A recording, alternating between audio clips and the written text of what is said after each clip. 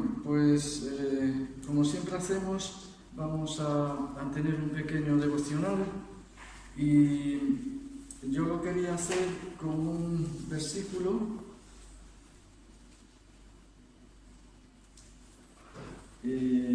hacemos un pequeño devocional como siempre hacemos al iniciar la reunión con un versículo muy conocido, dice así que hermanos míos, amados, ay qué bien lo de amados, ¿verdad? Estad firmes y constantes, creciendo en la obra del Señor siempre, sabiendo que vuestro trabajo en el Señor no es en vano. Amén. Y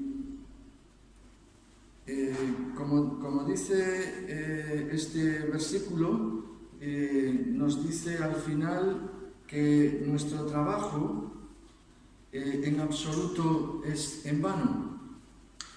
Todo lo que hacemos para el Señor tiene pues fruto.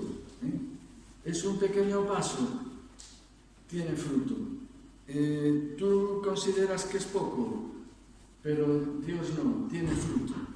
Dios nos lo tiene en cuenta para bien, por supuesto. Y es bien sabido que en la iglesia, en la vida cristiana, existen periodos en los cuales pues parece todo muy monótono, incluso hay periodos de desaliento, ¿no? Y los días de arcoíris, que son los buenos, ¿no? Se le puede llamar así, días de brillo, son pocos, ¿no? Y pues cuando suceden estos periodos, parece que todo lo que hacemos, o sea, quiero decir, en los periodos rutinarios parece que no pasa nada, parece que todo es inútil, ¿no? Sin embargo, como decía un líder cristiano hace varios siglos, les decía a sus seguidores cuando caían en estos periodos de rutina, de desaliento, ¿no? Les decía que no debían hacer cambio alguno. Simplemente debían permanecer firmes y constantes en los propósitos y en la determinación en los que se encontraban antes de que pues, cayeran en un periodo de rutina, ¿no? Es decir, incluso yo diría que la rutina es algo formativo para nosotros los creyentes. En periodos de rutina aprendemos muchísimas cosas que de otra forma pues no podríamos aprender. Y a veces nos sentimos estancados. Pues, como dice aquí, lo mejor que podemos hacer es estar firmes, constantes, tirando hacia adelante, como se dice coloquialmente. Debemos meditar en la palabra del Señor, debemos hacernos autoexámenes. Es muy importante hacer un autoexamen. Ya no solamente como individuos, sino como iglesia, y también debemos hacer algo que es un poco nos hace sudar, y es el arrepentimiento. Debemos confesar nuestros pecados, debemos arrepentirnos de todo lo malo que hagamos, y por lo tanto la obediencia a Dios es el mejor remedio para poder seguir adelante. No importa cómo nos sintamos, el ánimo que nos da el apóstol Pablo es que debemos permanecer firmes y constantes, creciendo en la obra del Señor siempre. Y digo yo, si llegaste hasta aquí y permaneces, es porque no lo has hecho tan mal, ¿no? Si nosotros lo hiciéramos mal, pues no estaríamos aquí. Podemos estar estancados, bien, de acuerdo. Dios nos sigue sosteniendo, pero no lo estamos haciendo mal. Amén. Dios sabe todas las cosas. Por supuesto que estamos haciendo cosas mal. Yo mismo reconozco que yo hago muchas cosas mal, muchas. Pero eso no indica que nos paremos, sino que intentemos mejorar, intentemos, como dije antes, autoexaminarnos en que estamos fallando, también cada uno de nosotros, porque debemos tener el ánimo de estar firmes y constantes, creciendo en la obra del Señor siempre, y lo que dice aquí que es muy alentador, sabiendo que vuestro trabajo en el Señor no es en vano. Amén. Por lo tanto, animamos hoy a todos los creyentes que estamos aquí para seguir confiando en el Señor, sabiendo que nuestro trabajo no es en vano. Amén. Pues vamos a orar.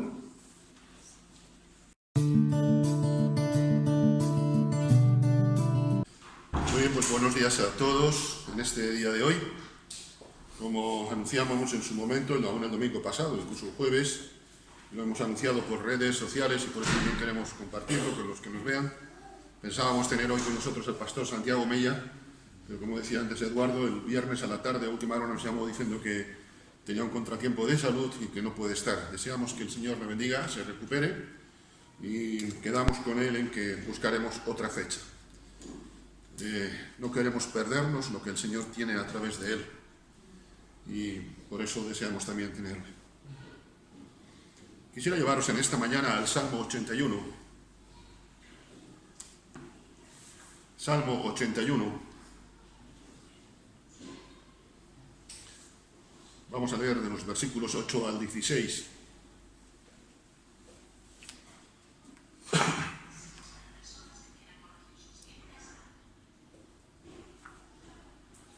Leo Salmo 81, versículo 8. Oye, pueblo mío, y te amonestaré, Israel, si me oyeres. No habrá en ti Dios ajeno, ni te inclinarás a Dios extraño.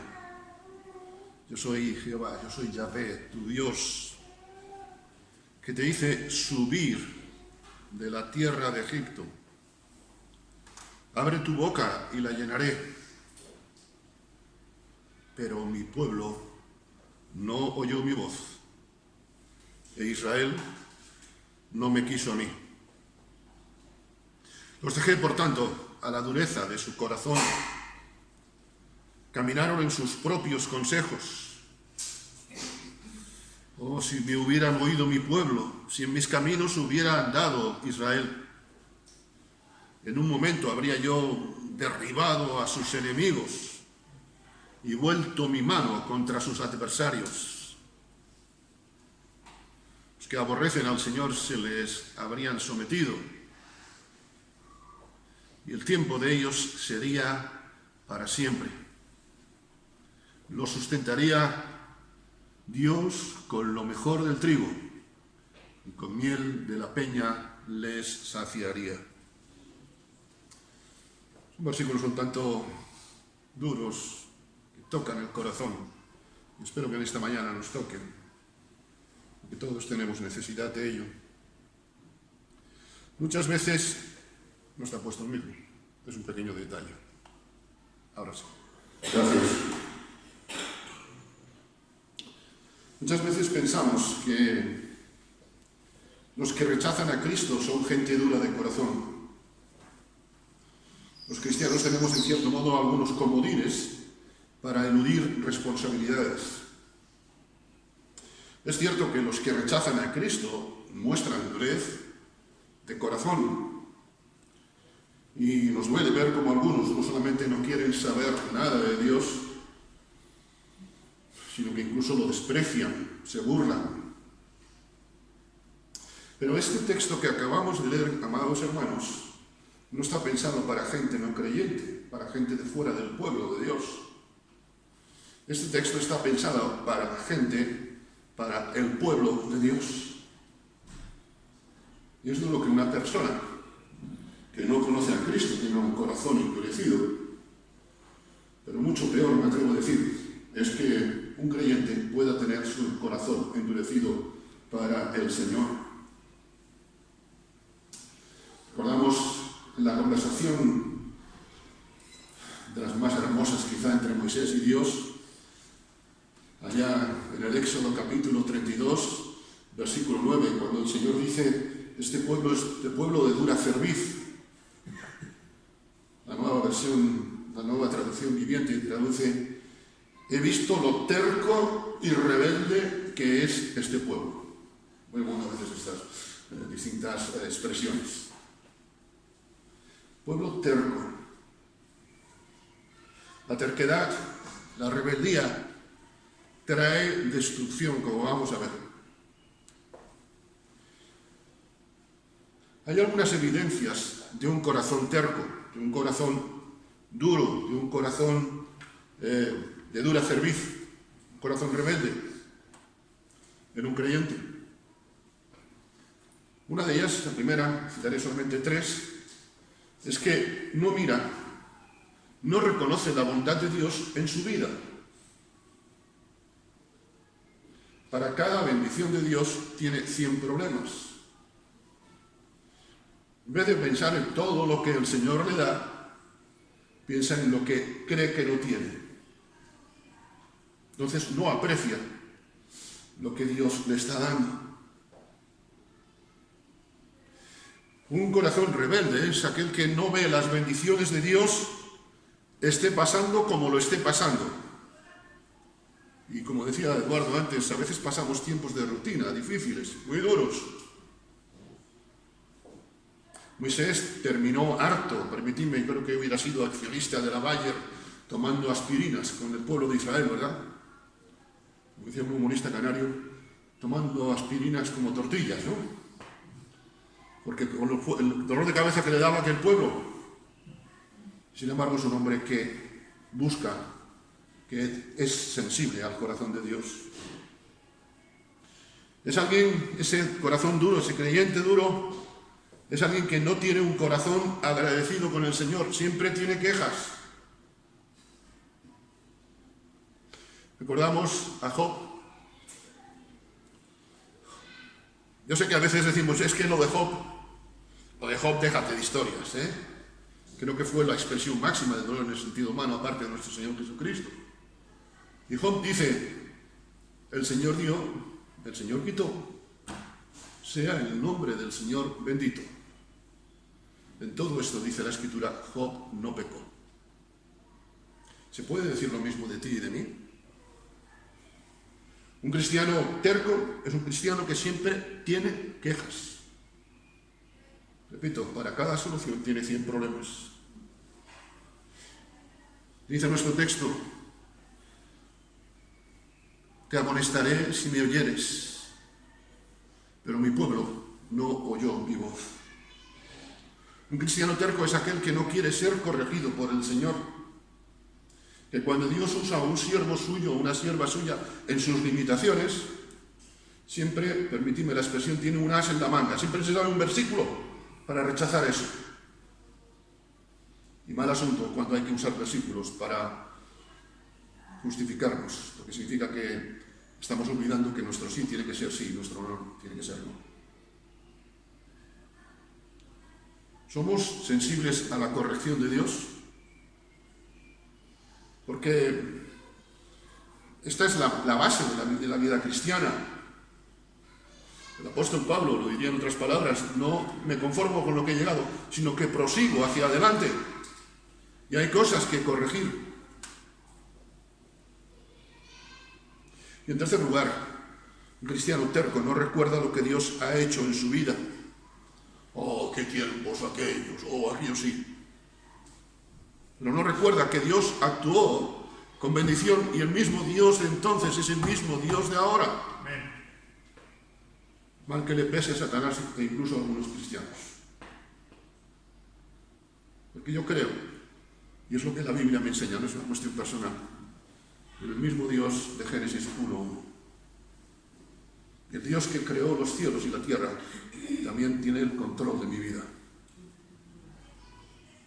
En este texto que hemos leído, y vamos a dedicar los minutos que nos quedan, veremos 3 peligros a los que llevan, 3 grandes catástrofes a las que lleva un corazón endurecido. Dice el versículo 10, yo soy el Señor tu Dios, que te dice subir de la tierra de Egipto. Es muy interesante. Estabas en el pozo, estabas en el fondo de la miseria, y Egipto, recordamos que espiritualmente significa pecado. Dios nos ha sacado de lo profundo del pecado. Queridos hermanos, permitidme decir algo. A veces pensamos que Dios nos ha sacado del pecado, y eso es cierto, pero no es totalmente cierto. Dios no nos ha sacado solamente del pecado, sino de lo profundo del pecado. Porque el pecado es algo profundo. Dios no nos sacó de la superficie del pecado. Dios nos sacó de lo profundo del pecado. Dice en el versículo 10, yo soy el que te hizo subir, de la tierra de Egipto, abre tu boca y yo la llenaré. ¡Ay, qué bien, qué bonito! Versículo 11, pero mi pueblo no oyó mi voz, de Israel no me quiso a mí. Claro, en esta mañana podemos decir, Jonathan, esto es para aquellos de esa época. No, esto es para ti y para mí. Porque podemos creernos igual de religiosos que se creía el pueblo de Israel. Creo que el versículo 10, cuando meditaba, yo pensaba en la figura de un cofre. ¿Sabes? Estos baúles que están llenos de tesoros, ¿no? De piedras preciosas, de oro. No sé si es que veo muchas películas o las veía de niño, ¿no? Pero el versículo 10 es esto. Es un manantial. Y el versículo 11 significa que la llave que teníamos, la de la obediencia, como no nos interesa, lo hemos tirado. Y si tú tiras la llave, no puedes abrir el cofre. Es lamentable tener un corazón tan endurecido que menospreciemos la bendición de Dios. Y a veces decimos, no, yo quiero la bendición de Dios. Podemos estar despreciando la bendición de Dios con nuestra terquedad, como era Israel. Sí, sabemos que Dios quiere lo mejor para nosotros, que Dios tiene lo mejor para nosotros, pero queridos hermanos, a veces tenemos un concepto de Dios no como todopoderoso, tenemos un concepto de Dios no como Señor, sino como Papá Noel. Mis padres siempre nos decían en el mes de octubre, noviembre, mi padre le decía a mi madre, Mari, qué pena que no haya más navidades durante el año. Y nosotros decíamos, para más regalos, papá. No, para que os portéis mejor todo el año. Pero nosotros cuando llegaba octubre, noviembre, ya mi hermana y yo aflojábamos un poco el acelerador, ¿verdad? A veces tenemos este concepto de Dios, de Papá Noel. ¡Ay, Él me va a dar todo! Pero yo hago lo que me da la gana. Nos hemos olvidado que Dios no es Papá Noel, que Dios es el dueño, el Señor de mi vida. Como tantas veces hablamos, el señorío de Cristo. ¿Cómo está tu corazón? ¿Cómo está nuestro corazón? Seguramente en esta mañana cualquiera de nosotros diría, hombre, el mío no está endurecido, porque no menosprecio al Señor, yo voy a las reuniones, ofrendo, etc. Todo eso está muy bien. Pero es que es algo más. Si me quedo solamente en eso, soy como el rey Sedequías, que hizo todo lo correcto delante de los ojos de Dios, pero no de perfecto corazón. El domingo pasado meditábamos desde esta misma plataforma que la iglesia de Antioquía estaba esperando la respuesta de Dios, Pedro en la cárcel, y cuando Dios responde, ¿qué es lo que hace la iglesia? Deja la puerta cerrada. Esto es este versículo. Dios quiere tener, pero tenemos la puerta cerrada. Un corazón endurecido, como lo estaba el del pueblo de Israel, y Dios quiera que no sea ninguno de los presentes aquí, era un corazón que estaba engañado por su propia soberbia. Nos preocupamos de la salud, está muy bien, oigan, es necesario, qué caramba. Pero tenemos que preocuparnos del corazón. Engañoso es el corazón más que todas las cosas. Y perverso, ¿quién lo conocerá? Otra versión, recordamos, dice, engañoso es su corazón, no tiene remedio. Nos creemos en posesión del conocimiento, nos sentimos en el centro del universo universal, permitidme, como le pasaba a Israel. Y olvidamos que el centro de todo es Dios. Y venimos a la iglesia pensando en nosotros, no en el Señor. Venimos a la reunión a ver qué me da el Señor, en vez de decir a ver qué ofrendo al Señor, a ver qué doy al Señor con mi vida. Y no estoy pensando en dinero, queridos hermanos.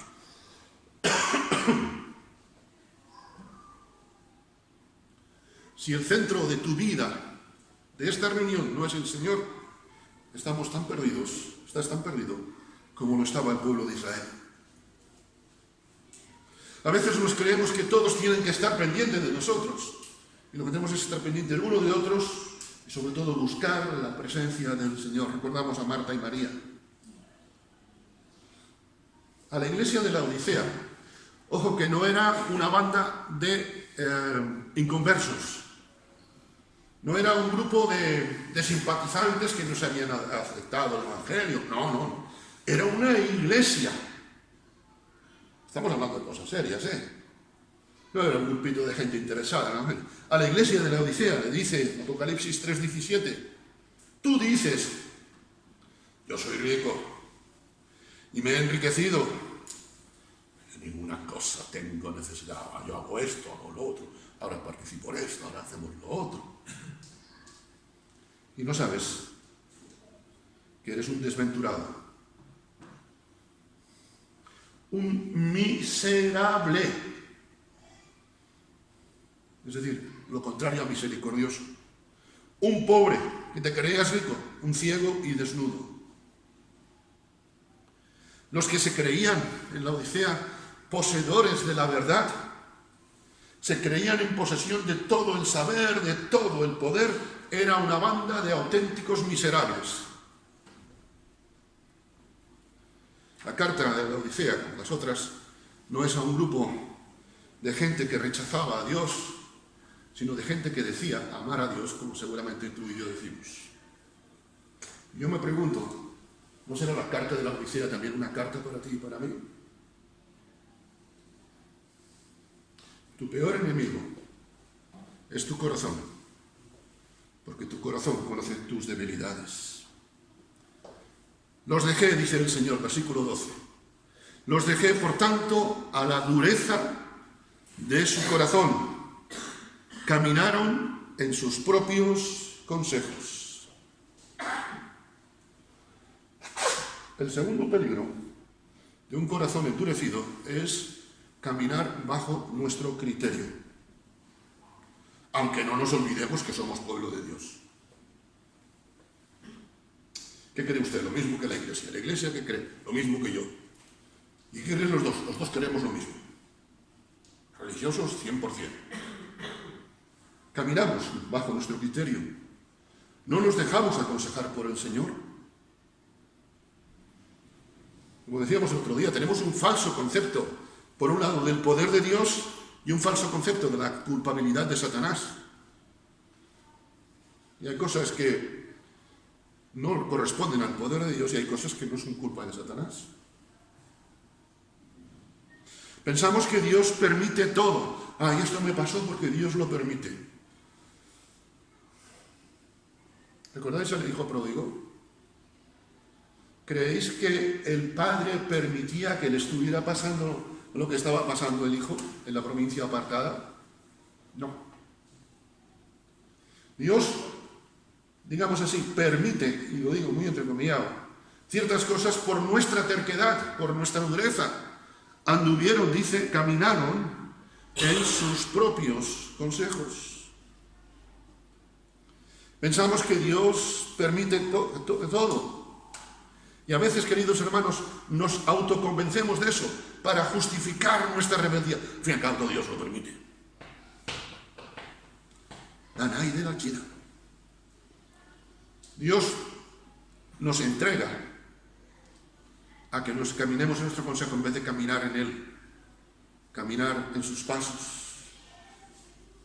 El autor Santiago, en su epístola universal, dice: que nadie al ser tentado diga, es Dios quien me tienta. Esto es fácil, ¿verdad? Es que Dios me tienta. Mira tú lo que nadie lo diga, porque Dios no puede ser tentado por el mal, ni tampoco tienta a él a nadie. Todo lo contrario. Todo lo contrario, cada uno es tentado cuando sus propios malos deseos le arrastran y seducen. Dios, como Dios de todo y perfecto amor que es, permite cosas, porque es respetuoso con el ser humano. Ejemplo de ello es la de veces que se nos presenta en la Escritura. Ya una vez hace tiempo hablé sobre esto, como el Padre se compadece de los hijos, así como el Padre y su Hijo.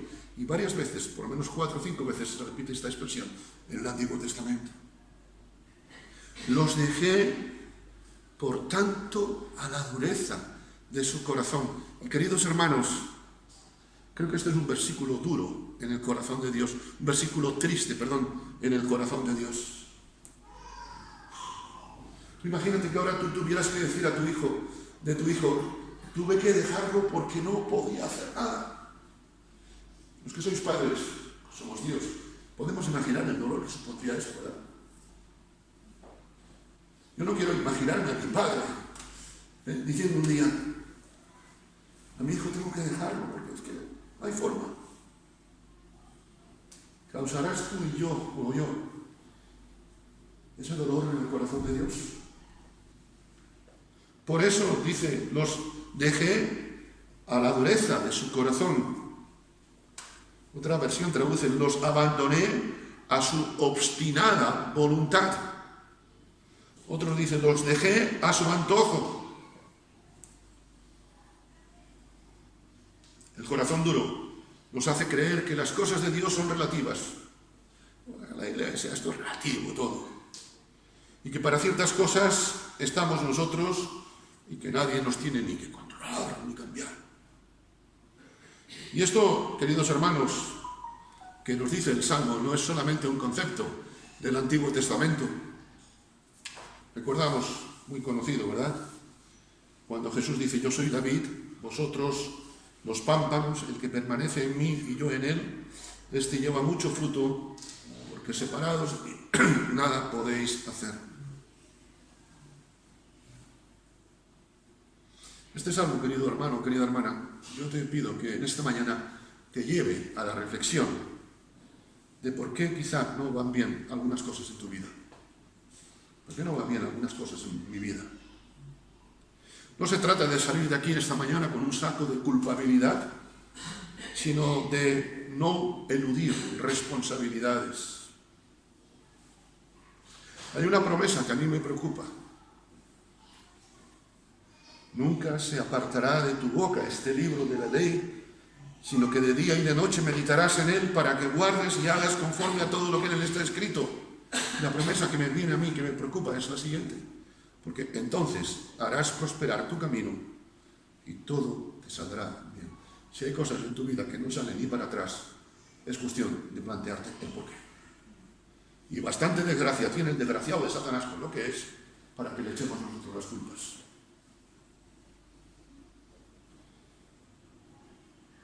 Todo te saldrá bien.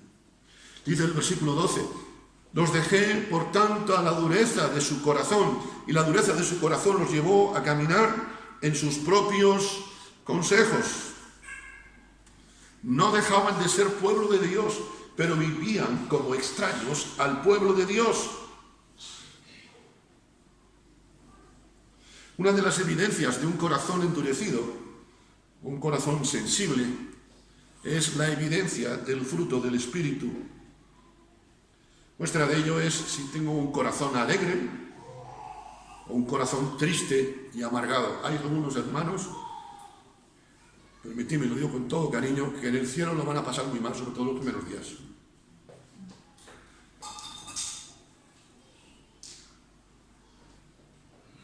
Porque se acuerdan mucho del Salmo 23, aunque ande en valle de sombra de muerte. Y se olvidan de que tú estarás conmigo. Y eso cambia las cosas. un corazón desprendido, no tienen un corazón desprendido, no tienen un corazón lleno de gratitud. Es difícil oírles palabras de gratitud a Dios o a los hermanos. Claro, si Dios les debe cosas, ¿para qué vamos a dar gracias? Recordamos el autor sagrado, el apóstol Pablo, que tuvo su camino de Damasco, como lo tendremos tú y yo seguramente. El fruto del Espíritu produce amor, alegría, paz, tolerancia, amabilidad, bondad, lealtad. Eso de lealtad, hoy en día es que esto es del siglo XX, de la parte primera, quizás del XIX, algunos piensan. No, esto es para el siglo XXI.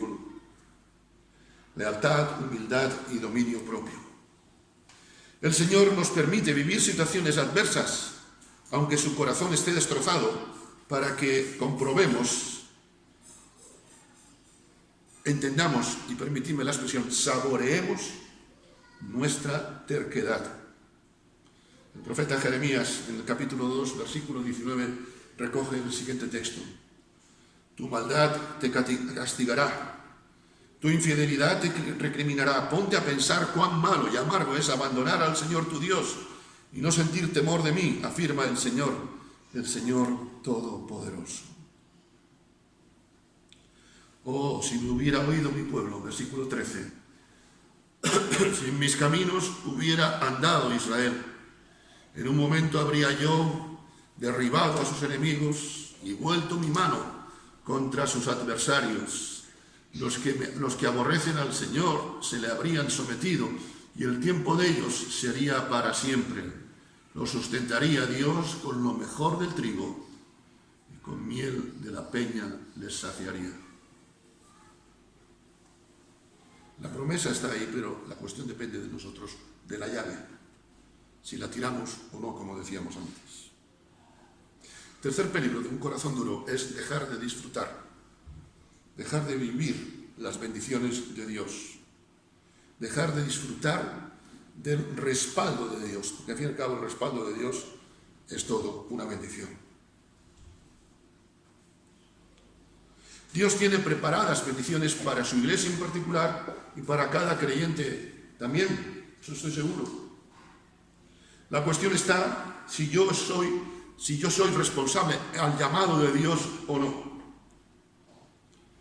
Una de las cosas que me costó mucho en la infancia, ahora como soy adulto quizá lo disimulo más, fue la obediencia a mis padres. Yo recuerdo que muchas veces mi madre me llamaba, Patán, ven que tengo una cosa para ti. Ya voy. La buena mujer no era tartamuda, pero me repetía las cosas 3 veces. Llegaba un momento que yo iba, pues ya ni iba. Mamá, ¿qué querías? Nada, ya pasó el tiempo. Y a veces me perdía un bocado. Y a un angelito como yo, un bocado, eso son cosas serias. El problema es cuántas son las cosas espirituales. El Señor tiene bendiciones para ti. Oh, yo no las veo. Perdona, ¿dónde tienes la llave? Una bendición que desprecia un corazón terco, un corazón duro, es la de tener las batallas y luchas en el Señor. Yo habría derribado a sus enemigos y vuelto mi mano contra sus adversarios. Se habla de la fatiga cristiana. Y no estoy condenando ni nada, porque todos la podemos tener, pero a veces viene dada porque estamos luchando con nuestras fuerzas. Queridos hermanos, confesemos que estamos cansados de luchar, porque hemos puesto nuestras fuerzas en acción y no hemos descansado en la fuerza del Señor.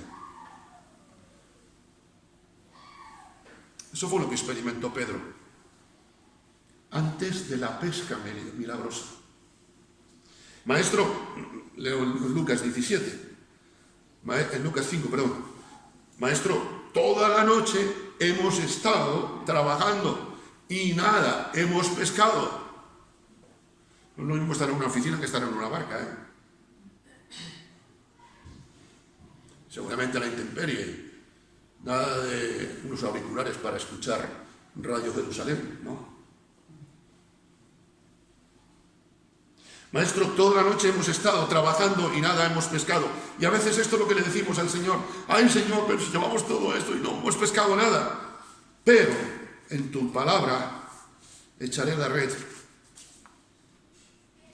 Versículo 6. Y habiéndolo hecho, encerraron gran cantidad de peces.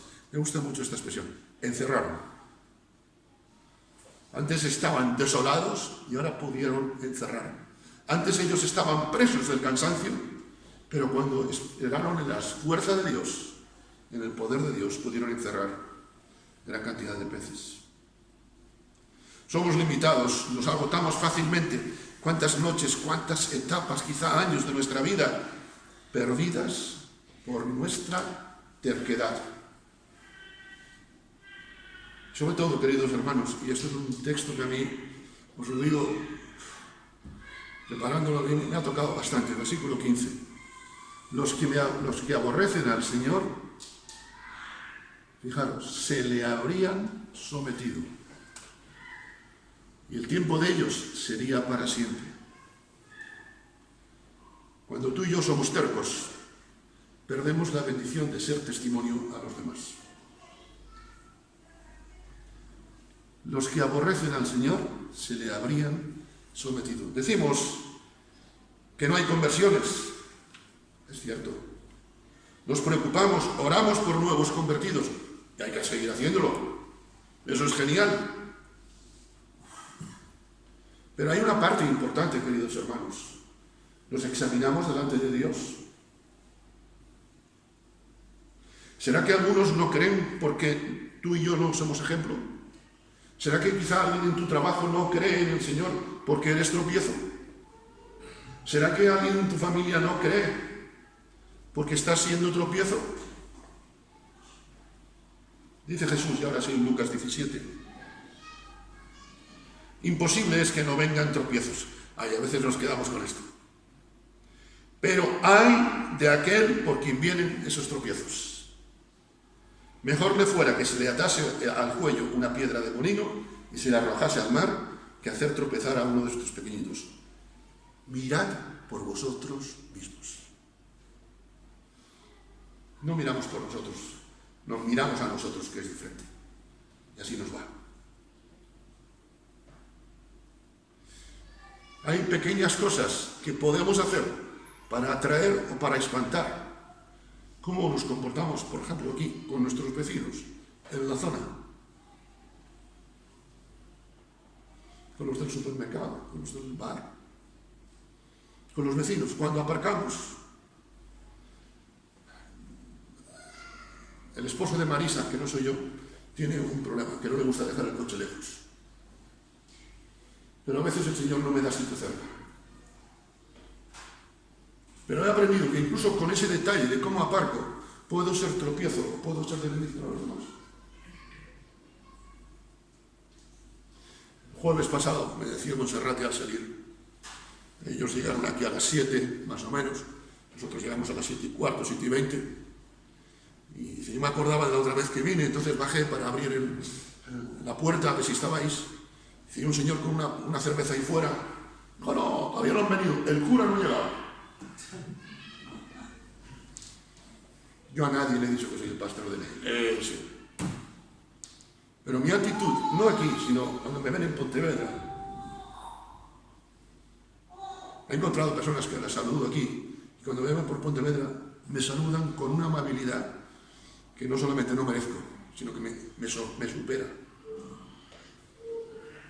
El problema sería al revés. Me preocupo por los que no conocen a Cristo, para que vean en mí a Cristo. Y perdemos la bendición de estar tranquilos en las manos de Dios. Dice el versículo 16, los sustentaría Dios